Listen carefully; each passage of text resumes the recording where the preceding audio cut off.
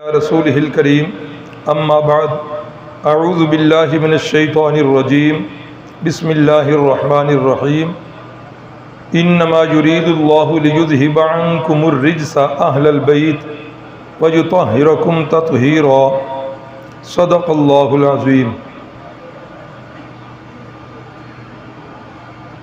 ترتیب کے مطابق جس طرح کہ کل اعلان کیا گیا تھا، ہمارے فاضل محترم مولانا اللہ دتا شاکر صاحب جن کا تعلق جنگ کے مضافات سے ہے، انہوں نے آنا تھا، لیکن اتفاق ایسا ہوا کہ وہی ریلا جو سیلاب والا ادھر سے گزرا، آج کل یہ ان کے علاقے کے اندر یہ سیلاب چل رہا ہے، اور ادھر آنے کے لیے دریائے چناب کا وہ پل تھا، جنگ اور چنیوٹ کے درمیان وہ بوانے والا پل تھا، وہ بند کر دیا گیا ہے۔ اس وجہ سے وہ خود تو تشریف نہیں لا سکے، اور اتفاق ایسا ہوا کہ آج تقریباً عصر سے پہلے شروع ہوا ہے سر درد، اور ابھی نماز تک جو ہے نا وہ چل رہا تھا۔ اللہ سے دعا کی کہ یا اللہ آج موضوع کے مطابق تیرے پیارے محبوب کے اہل بیت کا تذکرہ کرنا ہے، اے اللہ صحت عطا فرما دے۔ والدہ صاحبہ بھی دعا کرتی رہی، اللہ کریم نے الحمدللہ وہ صحت دے دی۔ بجلی کی لوڈ شیڈنگ کی وجہ سے آج کچھ جو ہے وہ اے سی نہیں چل سکے، اس کے اندر بھی کوئی بہتری ہوگی۔ اور یہ بھی یاد رکھیں، اصول ہے فقہا کا کہ جس عبادت کے اندر مشقت زیادہ ہوگی اس عبادت کے اندر ثواب بھی زیادہ ہوگا۔ کہ ایک آدمی جو ہے وہ 2 نفل پڑھتا ہے اور آخری 2 صورتیں پڑھ دیتا ہے، اور ایک بندہ 2 نفل پڑھتا ہے اور اس میں آدھا پارہ پڑھ دیتا ہے، تو کیا خیال ہے دونوں کو ثواب جو ہے برابر ملے گا؟ نہیں، وہ جو کھڑا رہا قیام کیا، جتنی مشقت زیادہ اتنا اجر اور ثواب زیادہ۔ تو بہرحال گزارا ہو جائے گا نا آج، نہیں بھی ہونا تو تب بھی ایسے ہی کرنا ہے، اور کیا کریں۔ ہمارے استاد تھے منڈیالہ تیگا میں، میری دینی تعلیم کا آغاز ادھر سے ہی ہوا، بلکہ منڈیالہ تیگا نہیں، آستانہ عالیہ منڈیالہ شریف کہہ لیں، ہمارے شہر میں یہ نام زیادہ معروف ہے۔ استاد جی مولانا حبیب الرحمن صاحب، اللہ ان کے علم و عمل میں برکت دے، تو وہ جب کسی طالب العلم کو سزا دیتے تو سزا دے کر سبق کے بعد چھٹی کے ٹائم پر پوچھتے، بیٹا محسوس تو نہیں کیا سزا ملی؟ تو طالب علم بیچارہ اتنے میں ہی خوش ہو جاتا، نہیں جی نہیں محسوس نہیں کیا۔ تو استاد فرماتے اچھا کر بھی لے محسوس تو میرا کی کر لیں۔ اللہ اکبر۔ اہل بیت اطہار نبی پاک صلی اللہ علیہ وسلم کی، سب سے پہلے تو اس اہل بیت کا معنی سمجھ لیں۔ اہل بیت، اہل کا معنی والے، اور بیت کا معنی گھر۔ ہماری زبان میں بھی یہ لفظ استعمال ہوتا ہے، مثلا اہل محلہ، کیا معنی؟ محلہ والے، تو اہل کا کیا معنی ہوا؟ والے، اور بیت، بیت کا معنی گھر، تو اہل بیت کا معنی کیا ہوا؟ گھر والے۔ ایک بات۔ دوسری بات کہ ہمارے ماحول معاشرے میں بھی جب کسی سے پوچھا جائے گا کہ گھر والوں کا کیا حال ہے، تو اس سے مراد کیا ہوگا؟ بیویاں، اہل بیت۔ ہاں بھئی تیری گھر والی کا کیا حال ہے؟ اس سے مراد والدہ ہوگی؟ جی والدہ ہوگی؟ بہنیں ہوں گی؟ بیٹیاں ہوں گی؟ کون ہوگا؟ بیویاں۔ ہماری زبان میں بھی یہ ایسے ہی ہے، اور قرآن مجید کے اندر بھی ایسے ہی ہے۔ 12واں پارہ ہے اور سورہ ہود ہے۔ حضرت سیدنا ابراہیم علیہ السلام کا تذکرہ چل رہا ہے، واقعہ آپ سب نے سنا ہے۔ آپ چونکہ دینی لوگ ہیں، دین کا شوق رکھنے والے ہیں، اللہ آپ کا یہاں آنا قبول فرمائے۔ حضرت ابراہیم علیہ السلام کے پاس 2 مہمان آئے، تو حضرت نے کیا کیا؟ جلدی جلدی بچڑا بھون کے ان کے آگے لا کے رکھ دیا۔ واقعہ آ گیا نا ذہن میں؟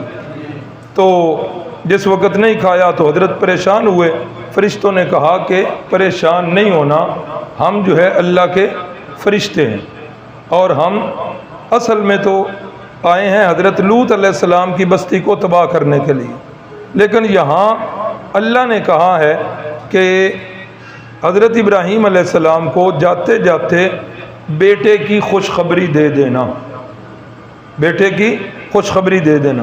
اماں جان جو پردے میں کھڑی تھی کہنے لگی آلی تو وَأَنَا عَجُوزٌ وَهَذَا بَعْلِي شَيْخًا، میں بیٹا جنوں گی؟ عجوز میں تو بڑھیا ہو چکی ہوں، وَهَذَا بَعْلِي شَيْخًا، اور میرے خامد بھی بڑھاپے کی سرحدوں کو چھو رہے ہیں، بال سفید ہو گئے ہیں، اس وقت بیٹا جنیں گے؟ تو فرشتوں کا جواب قرآن مجید کے الفاظ ہیں اتعجبین من امر اللہ رحمت اللہ وبرکاتہ علیکم اہل البیت، یہی لفظ قرآن مجید میں ہے۔ جب اماں جی نے تعجب کے ساتھ کہا کہ اس وقت بیٹا ہوگا، میرے ہاں بیٹا ہوگا، میں بڑھیا، خامد میرے جو ہیں وہ بوڑھے، تو تعجب کیا، تو جواب دیا فرشتوں نے اتعجبین من امر اللہ، اللہ کے حکم سے یہ کام ہونا ہے اور اللہ کے حکم کے اندر آپ کو تعجب ہو رہا، رحمت اللہ وبرکاتہ۔ ہاں یہ سامنے وہ آیت لکھی بھی ہوئی ہے، یہ نا ذوق والے حضرات، اللہ تعالیٰ سب کو مکان اپنے دے، جو کرایوں میں رہ رہے ہیں اللہ تعالیٰ ان کو اپنے مکان دے، اور جن کے مکان تنگ ہیں اللہ ان کو وسیع مکان دے۔ تو یہ بار جو ہے نا یہ لکھ لیا کریں، یہ وہی آیت ہے جو میں پڑھ رہا ہوں، اور جو بندہ بھی پڑھے گا اب اس کا ترجمہ سن لیں، رحمت اللہ، اللہ کی رحمتیں ہوں، وبرکاتہ، اور اللہ کی برکات ہوں، علیکم، تمہارے اوپر، اہل البیت، اے گھر والوں۔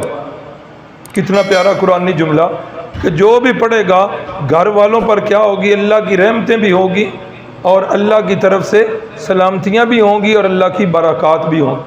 تو یہی جواب دے رہے ہیں فرشتے کہ تمہارے اوپر اللہ کی رحمتیں اور برکتیں ہوں، اہل البیت۔ کسے کہہ رہے ہیں؟ مخاطب کسے کر رہے ہیں فرشتے؟ حضرت ابراہیم علیہ السلام کی اہلیہ محترمہ کو، کیونکہ یہ دو ہی ہیں، تو تعجب ہوا تھا اماں جی کو، تو فرشتے جواب بھی اماں جی کو دے رہے ہیں، تو اہل بیت سے مراد کون ہوا؟ حضرت ابراہیم کے گھر والے۔ اسی طرح سورۃ طٰہٰ ہے، بالکل ابتدائی آیتیں ہیں، حضرت موسیٰ علیہ السلام کا ذکر ہے کہ حضرت موسیٰ علیہ السلام، وہ سارا قصہ کہ بندہ قتل ہو گیا بنی اسرائیلیوں کا بندہ قتل ہو گیا، چلے گئے مدین میں، پھر ادھر سے جب واپسی ہو رہی ہے تو حضرت شعیب علیہ السلام کی بیٹی حضرت ابراہیم کی کیا لگی؟ حضرت شعیب کی بیٹی حضرت موسیٰ علیہ السلام کی کیا لگی؟ بیوی۔ تو جب اپنی اہلیہ کے ساتھ حضرت موسیٰ تشریف لا رہے ہیں، درمیان میں رات پڑ جاتی ہے، موسم سردی کا، تو اب کیا ہوا؟ اب ضرورت ہے، جنگلوں کے جو حضرات سفر کرتے ہیں نا، تو ان کے لیے یہ ضروری ہوتا ہے کہ اس وقت کوئی آگ وغیرہ اپنے پاس جلایا کرتے تھے، اس کے کئی فوائد ہیں، اب ادھر تو جا نہیں سکتا، تو انہوں نے تپش بھی ان کو چاہیے تھی سردی سے بچاؤ کے لیے بھی اور ویسے بھی، تو انہوں نے کیا کیا، گھر والوں کو جب دور سے آگ نظر آئی تو قرآن مجید کے الفاظ ہیں اذ قال لأہلہ، جس وقت کہا انہوں نے اپنی اہل کو، امکثوا انی آنست نارا، آپ ادھر ٹھہرو، میں سامنے جو ہے نا وہ آگ نظر آ رہی ہے، ادھر سے آگ لے آؤں۔ تو اہلہ اس سے مراد کون ہوا؟ اس کے گھر والے۔ تو کون تھی یہاں مراد؟ بیوی ہے۔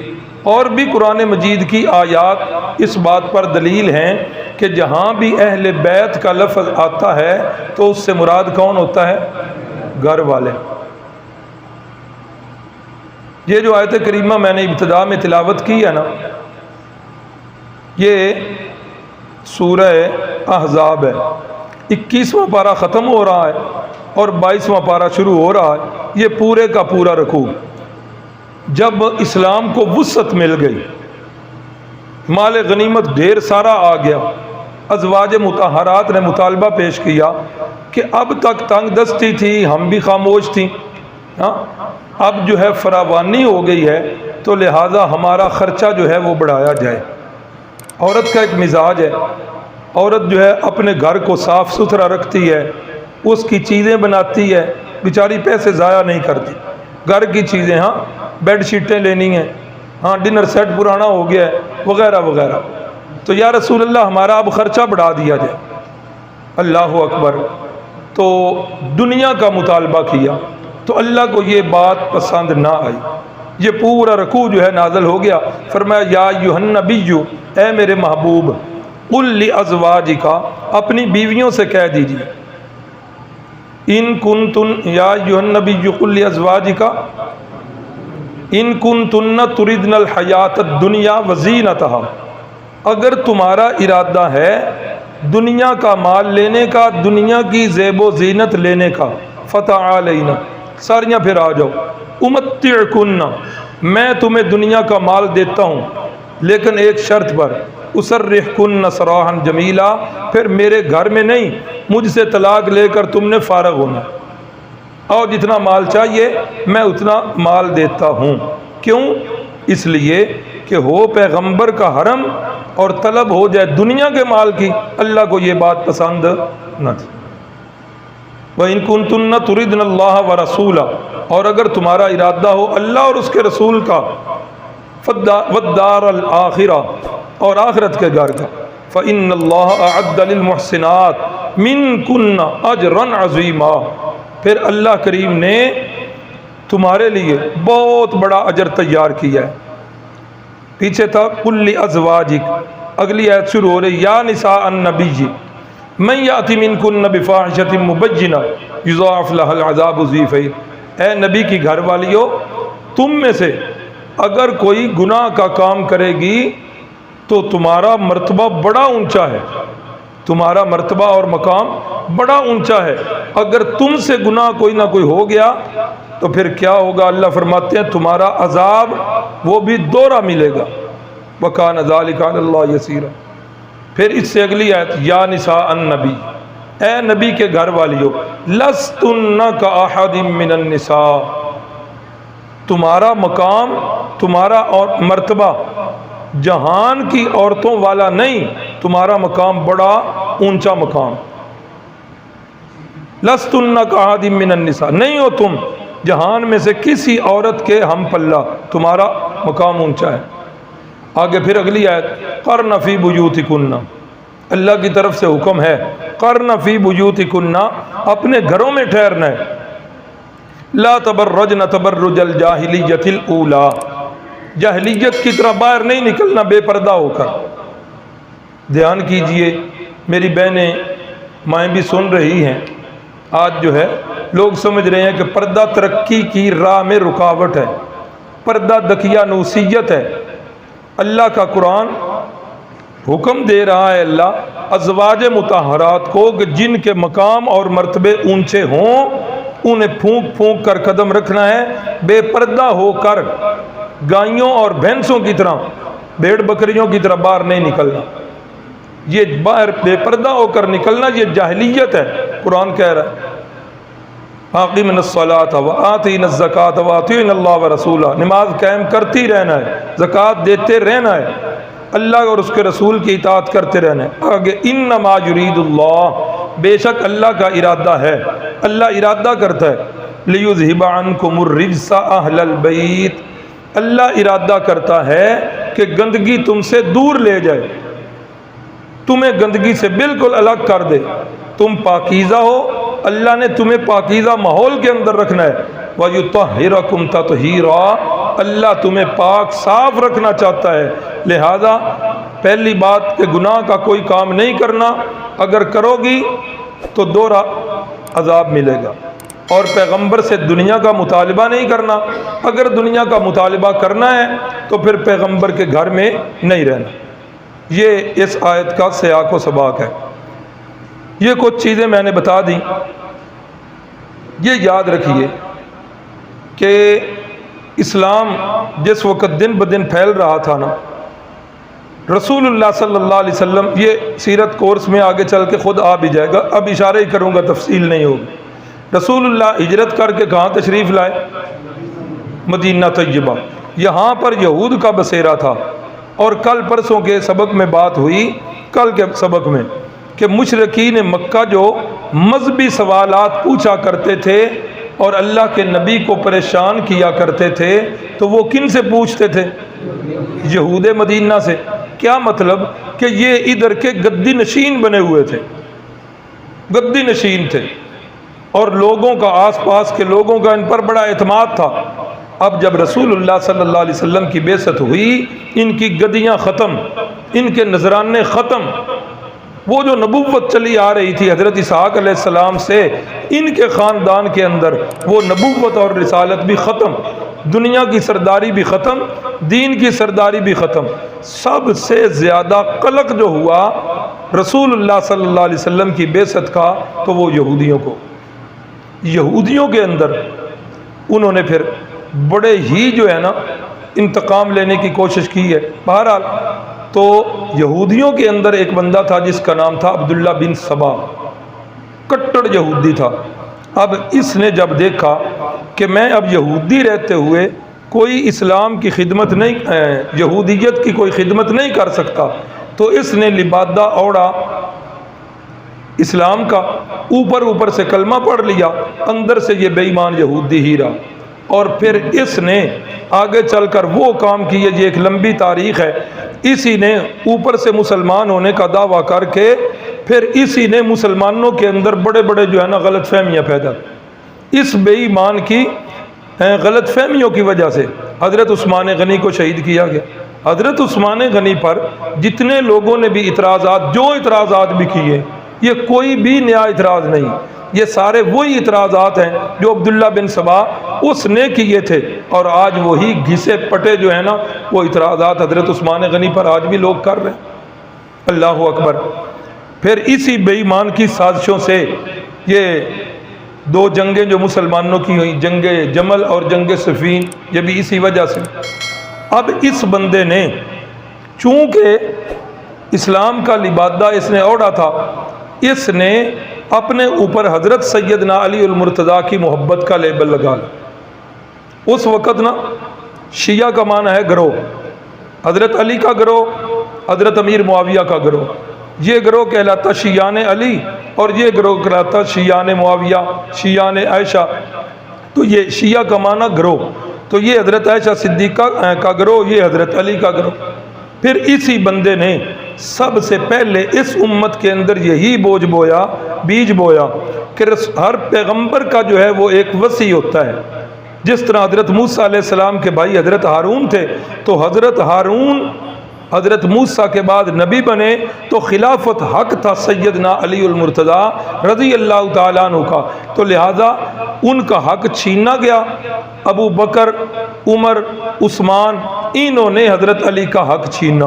یہ ساری باتیں جو ہے اس نے ابتدا میں امت مسلمہ کے ذہنوں میں، یہ بعض لوگوں کے ذہنوں میں فطور ڈالا، اور آج تک وہی نسل جو ہے وہ چلی آ رہی ہے۔ انہوں نے اسلام کے متوازی ایک اسلام بنایا، جو اسلام کے اندر تھا انہوں نے بالکل اس کے متوازی ایک قائم کر دیا۔ یہ تو تھوڑا سا خاکہ تھا۔ اب انہی بندوں نے کیا کیا، اہل بیت کا مفہوم جو ہے اس کو بڑا تنگ کر دیا، اہل بیت کے مفہوم کو بڑا ہی تنگ کر دیا۔ اہل بیت کے مفہوم کے اندر انہوں نے لیا حضرت سیدنا علی المرتضیٰ رضی اللہ تعالی عنہ کو، حضرت سیدہ فاطمہ رضی اللہ تعالی عنہا کو، سیدنا حسن رضی اللہ تعالی عنہ کو، اور سیدنا حسین رضی اللہ تعالی عنہ۔ یہ چار بندے صرف انہوں نے کہا کہ اہل بیت ہے، اور اس نعرے کا موجد کون؟ وہی عبداللہ بن سبا، اور اسی سے یہ چلا آ رہا۔ اب موجودہ یہودیوں کا بھی یہی ہے کہ کسی کام کا اتنا پراپوگنڈا کرو، اتنا پراپوگنڈا کرو، اصل بات جو ہے وہ نیچے دب جائے اور تمہارا پراپوگنڈا جو ہے وہ زور شور پر چلا۔ اور یہودی آج بھی اس کام کے اندر بالکل ماسٹر ہے۔ ایک ہی مثال دوں گا، 2000 سے پہلے کے حالات دیکھ لیں اور 2000 کے بعد کے حالات دیکھ لیں۔ 2000 کے بعد جو ہے وہ ایک چیز لانچ کی گئی، وہ کیا چیز لانچ کی گئی کہ مسجد، مدرسہ، داڑھی اور پگڑی ان کو بدنام کرنا، یہ یہودیت کی طرف سے پراپوگنڈا آیا، ان 4 چیزوں کو بدنام کرنا ہے، مسجد، مدرسہ، داڑھی اور پگڑی۔ داڑھی والا کوئی بندہ کام کرے، یہ یقین کریں، اور آپ کو بھی پتہ ہے ہر داڑھی والا عالم دین نہیں ہوتا، داڑھی والا کوئی بندہ کام کرے تو کیا کرتے ہیں؟ اسلام کو بدنام کرتے ہیں۔ بھئی اس کا ذاتی فعل ہے، ہر شعبے کے اندر کالی بھیڑیں ہوتی ہیں، گندے انسان ہوتے ہیں، چلو بالفرض اگر داڑھی والا عالم دین ہے، کوئی غلط کام کر رہا ہے تو اس ایک کو جو ہے سزا ملنی چاہیے، نہ کہ پورے علماء کو بدنام کیا جائے یا اسلام کو بدنام کیا جائے۔ تو یہ پراپوگنڈے کے اندر ایسے شعر، آج بھی جتنا میڈیا ہے اس کے پیچھے سارا یہود کا ہاتھ، کسی چیز کو کالی کو سفید بنانا، سفید کو کالا بنانا۔ یہ ابھی پچھلے دنوں ہی ایک واقعہ ہوا تھا ایک لڑکی کا کہ جس کو بلوچوں نے جو ہے مارا، اور وہ قرآن ہاتھ میں پکڑے ہوئے، ہر بندے نے ایسے اس کو تشہیر کی، ہر بندے نے وہ ویڈیو وائرل کی اور شیئر کر دی۔ اب اس کے بعد پتہ چلا کہ وہ اس کا خامد نہیں، وہ تو پہلے کسی اور کے نکاح میں تھی، اس کے بچے ہیں، اور نکاح کے بعد وہ کسی اور کے ساتھ بھاگی اور بلوچوں نے جو ہے اس کو قتل کر دیا۔ ان کی ایک روایت ہے، وہ ایک الگ موضوع ہے کہ انہوں نے غلط کیا، لیکن پہلی رپورٹ کے اندر پورے پاکستان کے اندر اب ان کا ذاتی فعل تھا، اور بدنام پھر کس کو کیا گیا؟ علماء کو اور اسلام۔ تو یہاں بھی یہی ہوا کہ اہل بیت کے عنوان کو بڑا تنگ کر دیا اور 4 شخصیتوں تک اس کو محدود کر دیا۔ تو میں نے بتایا کہ سب سے پہلے اہل بیت کون ہیں؟ نبی پاک کے گھر والیاں، ازواج مطہرات، اور قرآن مجید نے جن کے بارے میں الفاظ استعمال کیے، النبی اولا بالمؤمنین من انفسہم وازواجہ امہاتہم، کہ پیغمبر کا حرم اور پیغمبر کی بیویاں یہ مومنوں کی مائیں ہیں، پیغمبر کی بیویاں یہ مومنوں کی مائیں ہیں۔ آج بھی جو انہیں مومن سمجھتا ہے، انہیں اپنی ماں سمجھتا ہے، یقین کر لیں کہ وہ بندہ پکا مومن ہے، اور جو انہیں ماں نہیں سمجھتا، قرآن نے یہ پیمانہ دیا ہے کہ ازواج مطہرات جو ہیں وہ کن کی مائیں ہیں؟ ازواج مطہرات کن کی مائیں ہیں؟ مومنوں کی۔ یہ بات پکی لکھ لیں کہ ازواج مطہرات کن کی مائیں ہیں؟ مومنوں کی۔ جو انہیں مائیں سمجھے گا وہ مومن ہوگا، اور جو انہیں ماں نہیں سمجھے گا وہ مومن نہیں ہو، ہمارا اس سے کوئی تعلق نہیں ہے۔ تو یہ سب سے پہلا مصداق جو ہے یہ ازواج مطہرات ہیں۔ سیرت کورس کے اندر ان کا ذکر جو ہے وہ آتا رہے گا۔ سب سے پہلے حضرت خدیجہ الکبریٰ ہیں۔ یہ 1 2 3 4 5 6 7 8 9 10 11 12 13، یہ 13 ہماری مائیں ہیں جن کا تذکرہ اصحاب سیر کرتے ہیں اور سیرت کی کتابوں میں ہے۔ ان میں اب ہماری ذمہ داری یہ ہے کہ اہل بیت کا جو سب سے پہلا مصداق ازواج مطہرات ہیں، ہم نے ان کو یاد کرنا ہے۔ حضرت خدیجہ کا نام تو سب کو یاد ہے، اسلام کی خاتون اول۔ چلو میں کچھ اور نام ہے اس طرح ترتیب بنا دیتا ہوں کہ جو آپ کو یاد رہیں۔ حضرت خدیجہ کا نام تو ہر ایک مسلمان کو یاد۔ 2 صاحبزادیاں ہیں، ایک صدیق اکبر کی بیٹی، ایک فاروق اعظم کی بیٹی، شیخین کی 2 بیٹیاں، ایک بیٹی، یہ بھی پیغمبر کی بیویاں ہیں۔ حضرت صدیق اکبر کی بیٹی کا نام کیا؟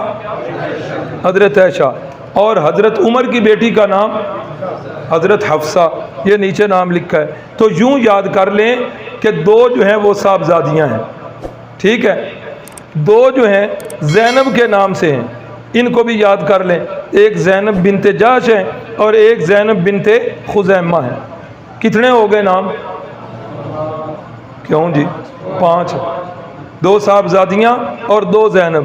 2 کا نام جو ہے یہ سے شروع ہوتا ہے، ام سلمہ اور ام حبیبہ۔ کتنی ہو گئیں؟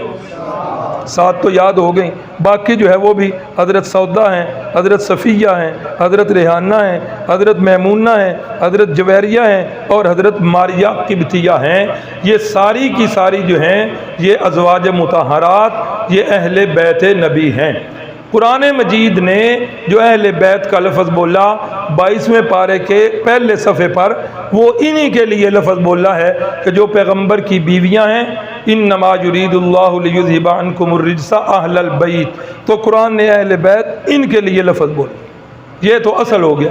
اب ضمناً بھی جو آل اولاد ہے انہیں بھی اہل بیت میں شمار کیا گیا، اور اولاد کے اندر آپ کے صاحبزادے، یہ پچھلے سبقوں میں ہو چکا ہے، سیدنا قاسم رضی اللہ تعالیٰ عنہ سب سے بڑے بیٹے، جن کی کنیت بھی ان کے نام سے آپ نے رکھی، ابو القاسم، اور دوسرے بیٹے کا نام اونچی آواز سے جی سیدنا عبداللہ، انہی کا لقب ہے طیب بھی اور طاہر بھی، اور یہ دونوں بیٹے کس کے بطن سے پیدا ہوئے؟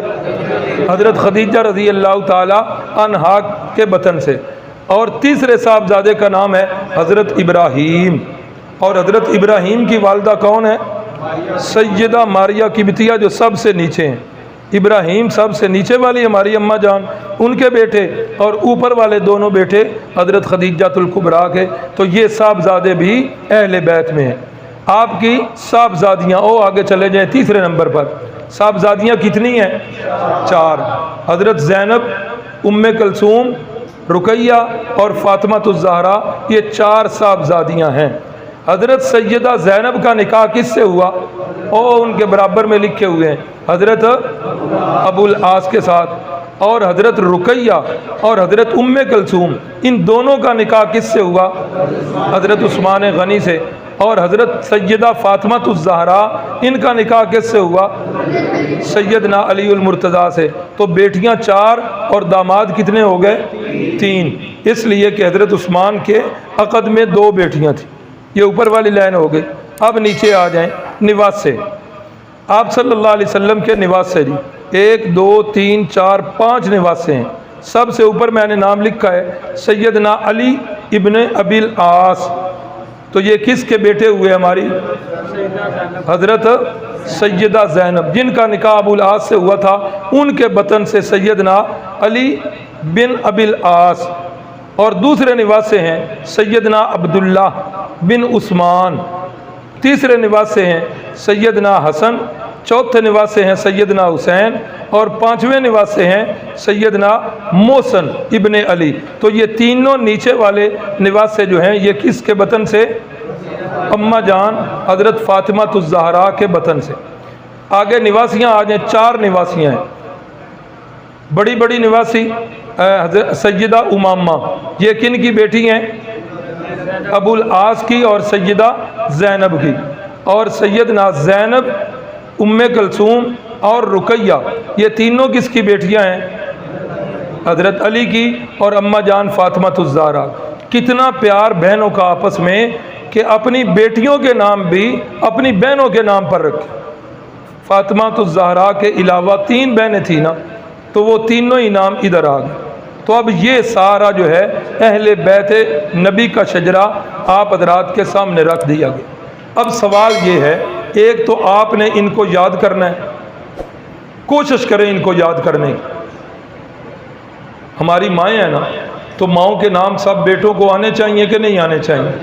آنے چاہیے۔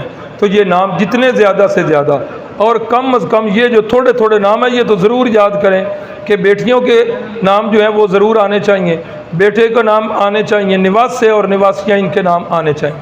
ہمارے ماحول اور معاشرے کے اندر جو لفظ بولا جاتا ہے کہ 4 ہیں جی اہل بیت، سیدنا علی المرتضیٰ کو اہل بیت میں شمار کیا جاتا ہے، ہمارے نزدیک بھی وہ اہل بیت میں ہیں۔ اب سوال یہ ہے کہ حضرت سیدنا علی المرتضیٰ کو کس نسبت سے اہل بیت میں شمار کیا جاتا؟ اگر اس وجہ سے وہ اہل بیت میں ہیں، تو پھر اس وجہ سے اہل بیت میں ہیں کہ وہ آپ کے چچا زاد بھائی ہیں، تو باقی چچاؤں کے بیٹے جو ہیں پھر ان کو کیوں نہیں شمار کیا گیا؟ اگر سیدنا علی المرتضیٰ کو اس وجہ سے اہل بیت میں شمار کیا جاتا ہے کہ وہ داماد ہیں، تو پھر باقی دونوں داماد جو ہیں ان کا کیا قصور ہے؟ یہ تو اکار داماد ہیں، اور سیدنا عثمان تو دورے داماد ہیں۔ تو لہٰذا اگر حضرت علی چچا زاد بھائی ہونے کی وجہ سے اہل بیت میں، تو باقیہ چچا زاد بھائی جو ہیں ان کو کیوں نہیں شمار کیا گیا؟ اگر داماد ہونے کی وجہ سے اہل بیت میں ہیں تو باقی دونوں داماد ان کا کیا قصور ہے؟ ایک بات۔ دوسرا، حضرت سیدنا حسن اور سیدنا حسین ان دونوں کو اہل بیت میں شمار کیا گیا۔ کس نسبت سے ان کو اہل بیت میں شمار کیا گیا؟ اس لیے کہ یہ رسول اللہ کے نواسے ہیں۔ ہم بھی انہیں اہل بیت میں مانتے ہیں، لیکن کیا صرف یہی نواسے ہیں؟ باقی کوئی نواسہ نواسیاں نہیں ہیں؟ اگر تو کوئی نہیں پھر بحث ہی ختم، اور اگر ہیں تو پھر ان کا کیا قصور ہے؟ وہ اہل بیت میں کیوں نہیں؟ کتنے نواسے ہیں جی؟ 1 2 3 4 5، 5 میں سے 2 کو شمار کر لیا اور 3 کو چھوڑ دیا۔ ان کا قصور بتایا جائے کہ باقی تینوں کا قصور، اور خاص کر کے سیدنا محسن ابن علی جو حضرت حسن کے اور حضرت سیدنا حسین کے بھائی ہیں، حضرت فاطمہ الزہرا کے بطن سے ہیں، محسن نام ہے، تیسرے بیٹے ہیں، ان کو اہل بیت میں کیوں نہیں شمار کیا جاتا؟ تو یہ ایک بہت بڑا دجل ہوا۔ تاریخ نے جو ہے نا ان کو ایسے مشہور کر دیا، اور ہم نے بھی اہل بیت جو ہے وہ انہی کو سمجھ لیا۔ آگے آ جائیے جی۔ بیٹیوں میں سیدہ فاطمہ الزہرا کو شامل کیا گیا اہل بیت میں، تو باقی 3 بیٹیاں جو ہیں ان کا کیا قصور؟ پتہ نہیں میں اپنی بات سمجھا سکا ہوں کہ نہیں۔ کہنے کا مقصد یہ ہے، 2-3 باتیں یاد رکھنی ہیں۔ پہلی بات یہ کہ اہل بیت کا اصل مصداق قرآن مجید نے جو بتایا وہ کون ہے؟ ازواج مطہرات، رسول اللہ کی بیویاں۔ سب سے پہلے قرآن مجید نے بتایا کہ اہل بیت یہ ہیں، اور اس کے بعد دوسرے نمبر پر ضمناً آپ کے بیٹے وہ بھی اہل بیت میں، آپ کی صاحبزادیاں وہ بھی اہل بیت میں، آپ کے داماد وہ بھی اہل بیت میں، نواسے بھی اہل بیت میں، اور نواسیاں بھی اہل بیت میں۔ یہ اہل بیت کا مفہوم کتنا وسیع تھا، اور ہم نے اس کو محدود کر کے صرف 4 بندوں تک محدود کر دیا۔ اب ذرا گنتی کیجئے، 1 2 3 4 5 6 7 8 9 10 11 12 13 ہماری مائیں ہیں، اور 3 رسول اللہ کے صاحبزادے ہیں۔ کتنے ہو گئے؟ 16۔ 1 2 3 4 5 نواسے ہو گئے۔ کتنے ہو گئے؟ 16 اور 5 21۔ 4 بیٹیاں ہیں، کتنے ہو گئے؟ 25۔ آگے جو ہے 4 ہی نواسیاں ہیں، کتنے ہو گئے؟ 29۔ اور 3 جو ہیں وہ داماد ہیں، تو کتنے ہو گئے؟ تو گویا اہل بیت کا جب لفظ بولا جائے اصلاً ازواج مطہرات مراد ہیں، اور باقی ان کو چھوڑ کر باقی جو ہیں سارے کے سارے 32 میں سے یہ تعداد نکال دیں تو باقی یہ حضرات بھی سارے اہل بیت میں ہیں۔ تو یہ آج سے آپ اپنے ذہنوں پر نقش بھی کر لیں، اپنی ماؤں کے نام یاد کر لیں۔ مشکل تو نہیں ہے۔ چھوٹے بچے کسی نے اٹھا کے پوچھ لو پاکستانی کرکٹ ٹیم کے کھلاڑی کنے نے، اور انہوں دے نام وہ پچھلی ٹیم دے بھی نام دسن دے، ان دے تو پیچھے کپتان کون سن ان دا بھی نام دسن دے۔ تو چھوٹے چھوٹے بچے جب یہ قومی کرکٹ ٹیم کے نام بتا سکتے ہیں تو یہ تو بات ہی کو نہیں، بڑے آسان سے نام ہے، اور یہ کئی نام تو بار بار آ رہے ہیں۔ صاحبزادیوں کے نام بھی وہی ہیں اور نواسیوں کے نام بھی وہی ہیں۔ تو یہ بات جو ہے آپ اپنے ذہن سے اب نکال لیں، اور قرآن مجید اور احادیث مبارکہ کی روشنی میں آج کا جو سبق ہوا، اللہ سے دعا ہے اللہ تعالی ہم سب کو اہل بیت نبی رضوان اللہ علیہم اجمعین کے ساتھ اللہ زیادہ سے زیادہ محبت کرنے کی توفیق دے، اور ان کی محبت ہی رسول اللہ نے فرمایا المرء مع من احب، بندہ قیامت والے دن اس کے ساتھ ہوگا جس کے ساتھ محبت کرتا ہے۔ اگر ان سے محبت ہوگی تو قیامت والے دن ہم بھی ان کے ساتھ ہوں گے، تو یہ رسول اللہ کے ساتھ ہوں گے تو رسول اللہ کے ساتھ پھر ہم بھی ہو جائیں۔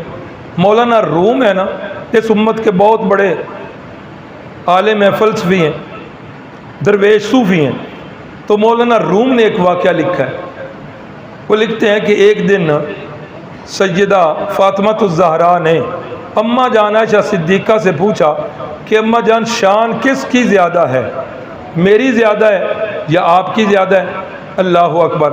تو اماں جی عائشہ نے فرمایا کہ بیٹا یہ باتیں کوئی پوچھنے والی نہیں، اللہ نے آپ کو مقام بڑا اونچا دیا ہے، اور اللہ نے مجھے بھی نسبت دی ہے، صدیق اکبر کی بیٹی ہوں اور رسول اللہ کی بیوی ہوں، میری بھی نسبت ہے، تو اس میں موازنہ نہیں کرنا چاہیے۔ تو مولانا روم لکھتے ہیں کہ اماں جان فاطمہ الزہرا نے بار بار اصرار کیا نہیں مجھے بتائیں، چلو دنیا میں تو جو ہو گیا، آخرت کے اندر کس کی شان زیادہ ہوگی؟ اماں جان نے آگے سے حدیث سنائی، فرمایا رسول اللہ صلی اللہ علیہ وسلم نے فرمایا ہے کہ قیامت والے دن ہر عورت جو ہے وہ اپنے خامد کے ساتھ جنت میں جائے گی، اب فیصلہ خود کر لو، آپ حضرت علی المرتضیٰ کے ساتھ ہوں گی اور میں رسول اللہ صلی اللہ علیہ وسلم کے ساتھ ہوگی، فیصلہ آپ کر لو کہ شان کس کی زیادہ ہے۔ رضی اللہ عنہم ورضوا عنہ۔ سبق آج کا تمام ہوا۔